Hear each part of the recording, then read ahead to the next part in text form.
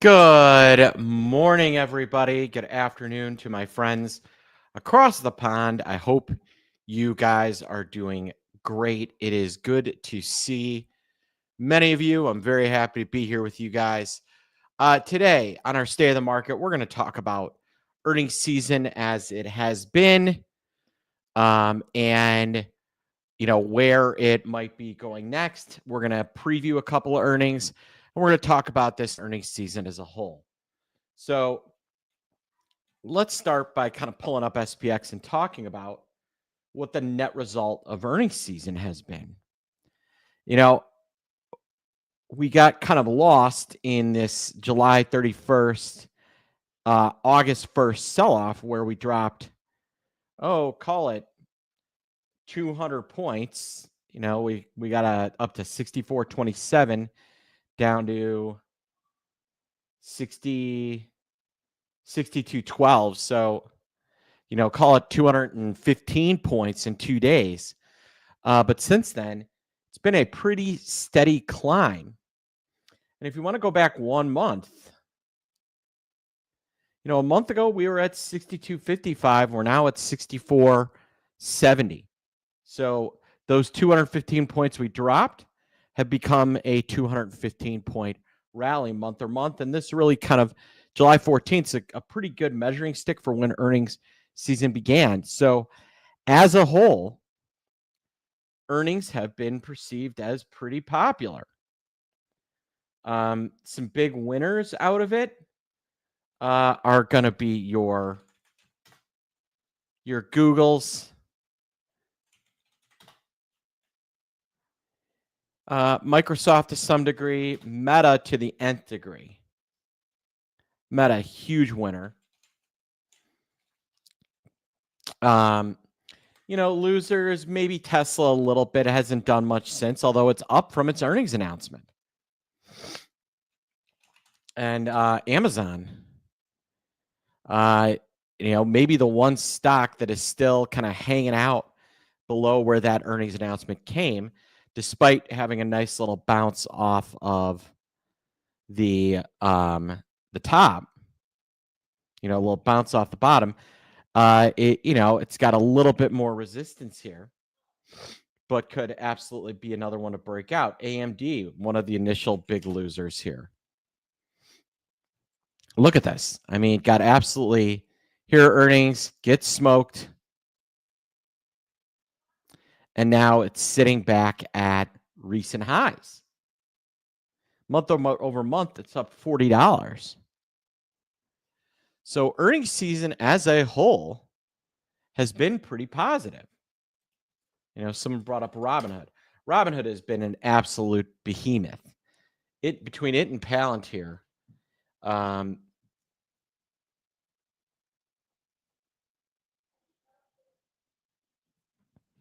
so pretty incredible. Palantir is the other big winner. Look at the run this has had. It's up to 190 from 140 a month ago. So earnings season, all in all, it's been pretty darn good.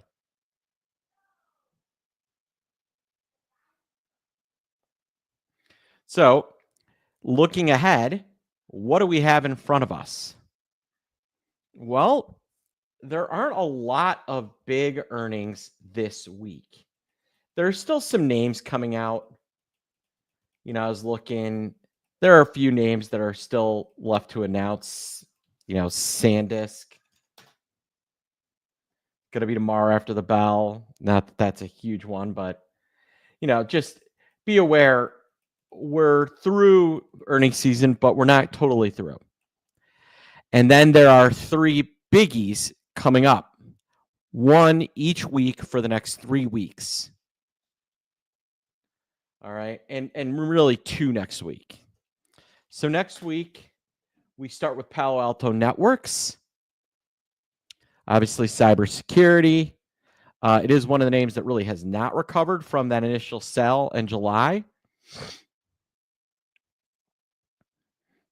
Still some potential upside there. But PNW,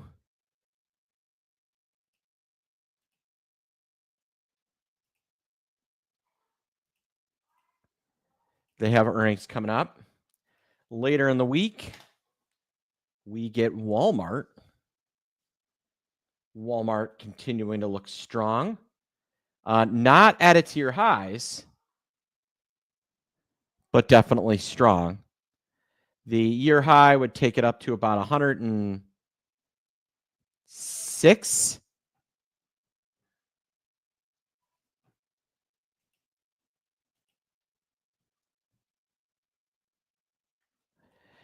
And then the following week, we get NVIDIA. Speaking of stocks that have been on a tear year over year, it's up about more than 50%. Last 2 years, it's up 400%. It's been a pretty, last 5 years, it's gone from $11 to 180. So pretty phenomenal move there by NVIDIA. And we're going to get into how to evaluate these earnings here momentarily, folks. And then following that, kind of the last major one of the season is Broadcom. Other than that, other than those four, those are the only earnings that I see out there that matter. You know, we had a few fun ones this morning. Hanesbrands, Kava. I could have told you this was going to happen. I understand there's high margins on salads, but really. A little overkill on the valuation, folks. So how do we evaluate an earnings? Let's take a look at Walmart, since that's relatively close. A couple of ways to do it. All right, with Walmart trading 102.40. All right, there are ways. All right, what are the 3 main ways that people bet on football? What are the 3 main ways that people bet on football?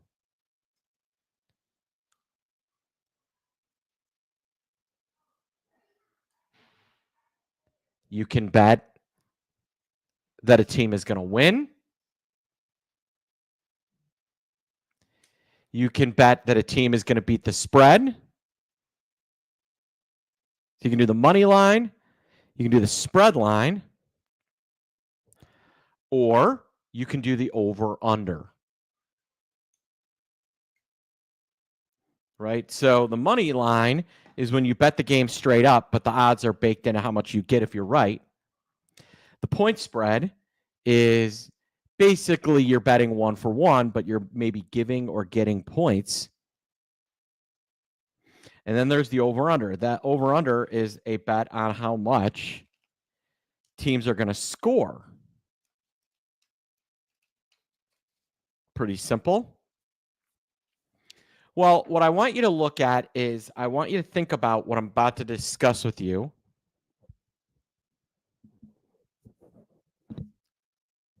Length of the national anthem. That's only at the Super Bowl. What I'm going to talk to you about is a lot like the over-under. So Walmart on their earnings is either going to go what? Up or it's going to go down. So if I buy a call, I'm kind of betting on my team to win. And I'm betting on the point spread. Right? The call costs me, or excuse me. Yeah, I'm betting on the point spread. The call costs me $1. I need the underlying to rally by more than $1. Point spread. Puts are just point spreads for the other team. Right? You're betting the Eagles to win, or if you're a Giants fan, you're betting the Eagles to lose.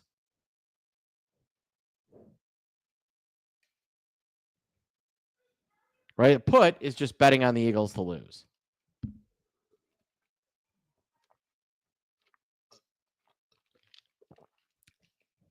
And then, again, there's the point spread, the over-under.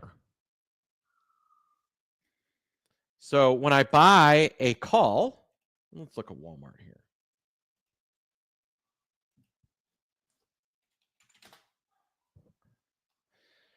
So Walmart reports on the 21st. If I buy a call and a put on the 102 strike,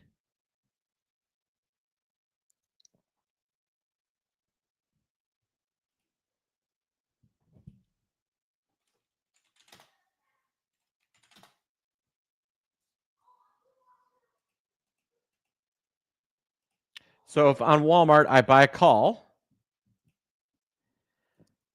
I am betting $2.63, the point spread, that Walmart is going to win by more than, is going to go up by more than $2.63 above 102.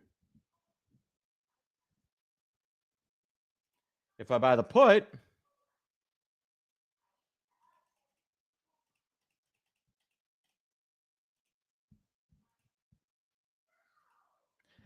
I'm betting $2.30 that Walmart is going to be more than $2.30 below 102. So 99.70. So on both sides, I'm taking the point spread to win or the point spread to lose. If I put them together, so now I'm buying a call and a put, we'll take a look. Straddles are just a bet on the point spread, on the over-under.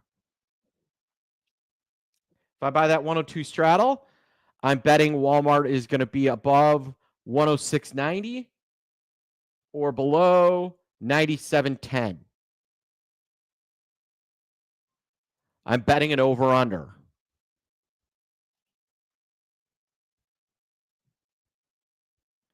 So,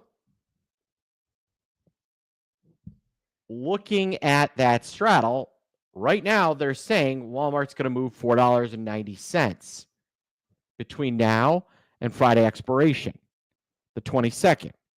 Now, that includes a couple of days in between here in earnings.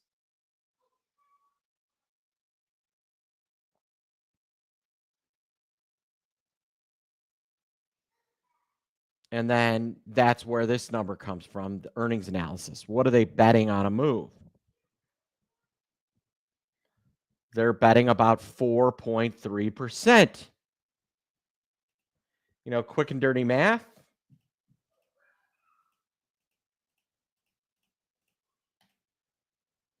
That straddles about 4.7%. So that extra 0.5% is how much they're looking for Walmart to move beyond these earnings. But just looking at that straddle is a real quick, dirty, and easy way to know how much the market is betting we're going to move. Excuse me. So, how do we play earnings? How do we play earnings? Let's go back to one of the names that has already been announced and take a look at what's happened there.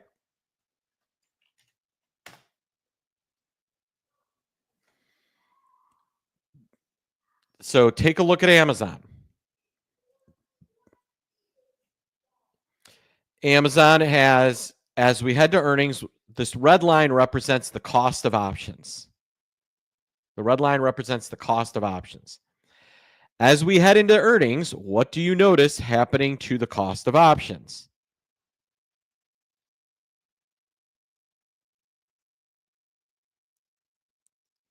They're going up. And then immediately following earnings, what happens to the cost of options? They drop. And they continue to drop until they hit a level of oversold. And what I want you to notice is that after earnings, you get several days of low volatility. And then what happens? You get an increase. Here's another earnings cycle. Earnings are October 30th. By November 7th, Option prices flatline, and then they start to move around again and go up.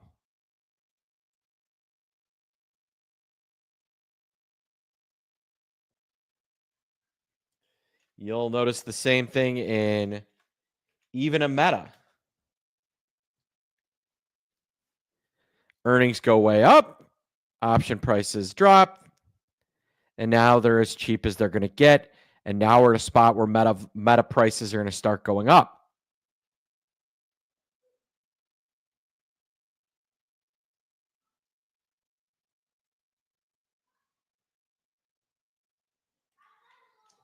AMD, despite its big drop. See, it doesn't even matter if they go up or down.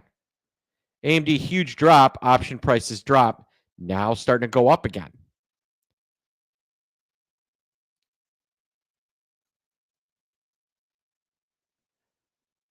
So, what does that tell us?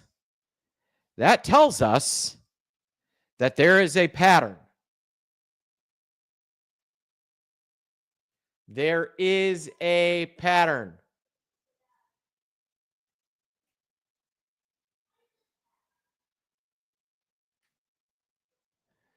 And what's that pattern? Option prices go up, earnings get announced, option prices drop, they continue lower, and then they start to go up. All right, the biggie coming up, NVIDIA. Take a look. Earnings come out, stock drops, option prices eventually bottom. NVIDIA can be a little weirder. Here's another one. Earnings come out in May. Option prices drop. Oh, that was the middle of Feb. That's why. Option prices drop, and they continue dropping until we do get a little bit of a raise. And now they're starting to go up as we head into earnings again. Same story with Broadcom. Look, earnings drop. They get oversold, rally a little bit, stay a little higher, and then we start to see option prices go up as we head into earnings. It's a very simple pattern. So how do I trade earnings? Very rarely do I play the earnings themselves. Why would I play earnings themselves when I know there is a pattern they follow? A pattern of option prices getting too cheap. Option prices getting too cheap after earnings. Why in the world would I want to deal with some of these crazy moves, right? I mean, look at Apple. Post earnings, it explodes higher, completely rolls over, and now starts its kind of journey, and then, starts its journey up. Now, let's say you liked Apple to move higher. Would I rather buy option prices at 32?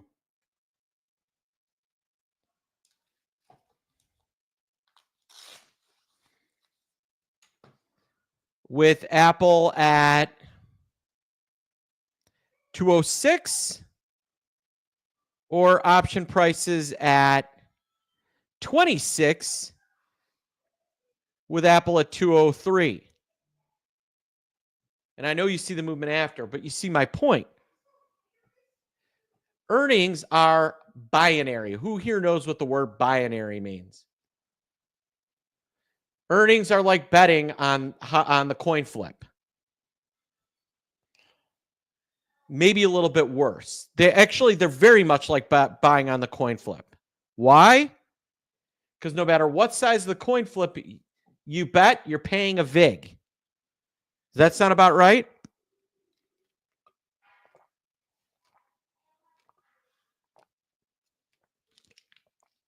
Earnings are the same. What is a VIG? It's the casino's cut of your bet. Right? So earnings are either Yeah, earnings are either a win or a lose. They're binary. After earnings, they're not binary. For example, option prices got way too cheap in several of these names. After their earnings, Google. This was, believe it or not, this was a good time to buy a call, folks. 192 after option prices already tanked. Heck, right before it dropped for 2 days straight, the 30th was a good time to buy a call. Options were cheap. And now look, they've gone back up. We did a trade in special situations, buying Google 200 calls for $4.40 and selling them at $7. Intel.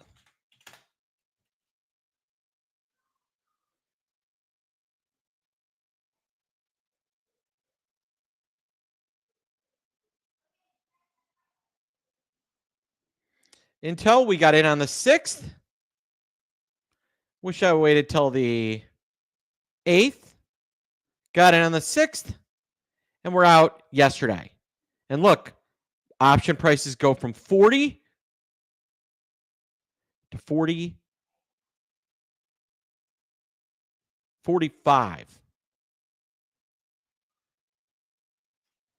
Tesla, another one that we're in.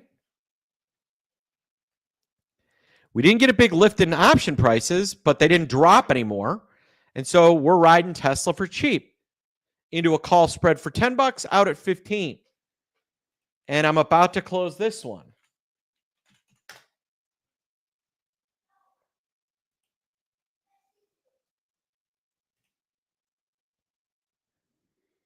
Into Amazon calls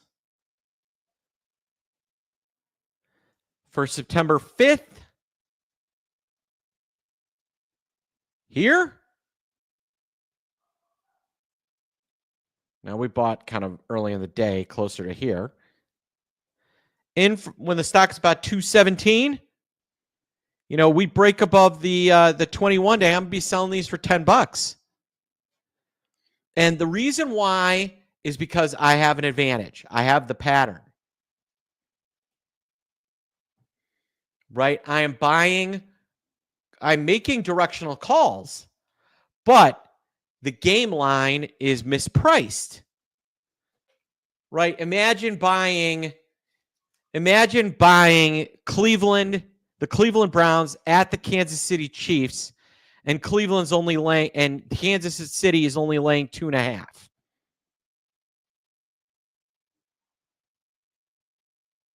For those of you that don't know football, Cleveland is very, very bad, and Kansas City was the runner-up in the Super Bowl and had won the previous two. That line would be 9.5 in a normal environment. Maybe 11. And depending where it was in the season, high is 13.5. But the point is, if I can get into a trade and I'm only paying, and if I can take the Chiefs and I'm only laying $2.5 against the Browns at home, how many times am I making that bet? Is that a favorable bet? Even with the line not working in my favor, is that a favorable bet? Heck yeah, it is. So I'm still betting that coin flip, but now the coin flip is in my favor. So we've got 4 more special situation trades coming up. Palo Alto, maybe. Walmart, NVIDIA, and Broadcom. We also have a VIX trade that you have the time to get into right now. So I would encourage you to join. It's only, what, $4? Something stupid like that. Click the link and join me.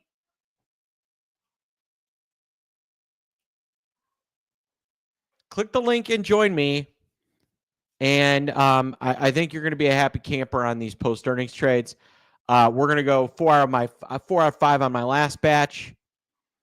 And out of these 4, I would say we're going to go a minimum of 3 out of 4.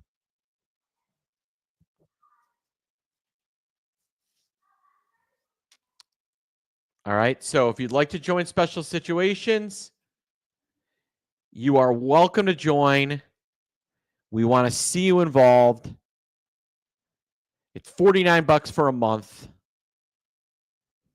Click the link and join. All right, everybody. I got to jump. I am. We need a football betting position. Could it be that at the money options get cheaper as the coin flip has happened, but out of the amount in the direction where the stock has moved may not be cheaper? Typically, no, but that's a fair question. So if we join Spixter, we will be doing these trades. Yes, you will. How far advanced do you select expiration date? At the moment, I'm doing the trade. All right, everybody. I hope you have a wonderful day, a wonderful week. I'll be back with you. And Andrew will be back with you tomorrow, I believe. If not, it'll be me. I am Mark Sebastian. I am your only option. Join Special Situations. Click that link. You got questions, give my team a call, 888-872-3301. Have a great, great day, everybody.